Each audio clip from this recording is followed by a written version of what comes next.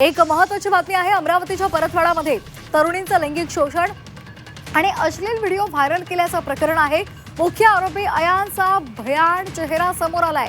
पैशासाठी अयाननं स्वतःच्या आईचं मंगळसूत्र सुद्धा विकलेलं आहे असं सुद्धा समोर आलंय। अयानच्या रील्समध्ये असलेले नोटांचे बंडल आईचं मंगळसूत्र चोरून ते विकून मिळालेल्या पैशांचं आहे अशी माहिती समोर आली आहे। अनिरुद्ध, आपण पाहतोय एक महत्त्वाची अपडेट समोर आली आहे। अयान कशा पद्धतीने अय्याशी करत होता, त्याच्याकडे पैसे होते, आयफोन्स होते, थार होती, या सगळ्या बाबी आता समोर आलेल्या आहेत। मात्र त्याने हे सगळं आईचं मंगळसूत्र विकून ते पैसे कमावलेले होते असं समोर आलंय। काय नेमकी माहिती आहे? तर मुख्य आरोपी अयानचा भयान चेहरा समोर आलेला आहे। आपल्या आईचं मंगळसूत्र त्यानं पैशांसाठी विकलेलं होतं आणि त्यातून त्यांनी ती सगळी पैसे जमा केलेले होते अशी माहिती समोर आली आहे। तर अनिरुद्ध दवाळे आपल्यासोबत जोडले गेलेले आहेत। अनिरुद्ध, अयानचा भयान चेहरा समोर आलेला आहे, काय एकूण माहिती आहे?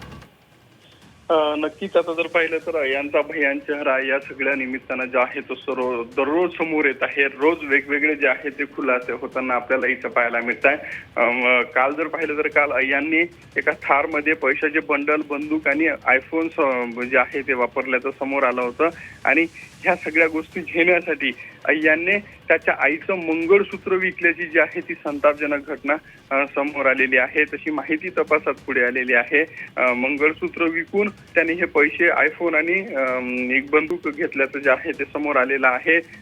जो थार मालक आहे, त्या गाडीचा व्हिडिओ व्हायरल झाला होता, त्या थार मालकाने ही बंदूक नकली असल्याचं जे आहे ते म्हटलेलं आहे। त्यामुळे आता तपासातून आणखी काही गोष्टी ज्या आहेत त्या पुढे येणार आहे। त्यामुळे यांनी हे कृत्य करण्यासाठी आणखी काय विकृतीचे कळस गाठले होते हेही पाहणं या निमित्तानं खऱ्या अर्थानं औत्सुक्याचं ठरणार आहे। धन्यवाद आपण दिलेल्या माहितीसाठी। त्यामुळे आता या संदर्भात काय नेमके खुलासे होत आहेत, काय नेमकं तपासातून उघड होतं हे पाहणं महत्त्वाचं आहे।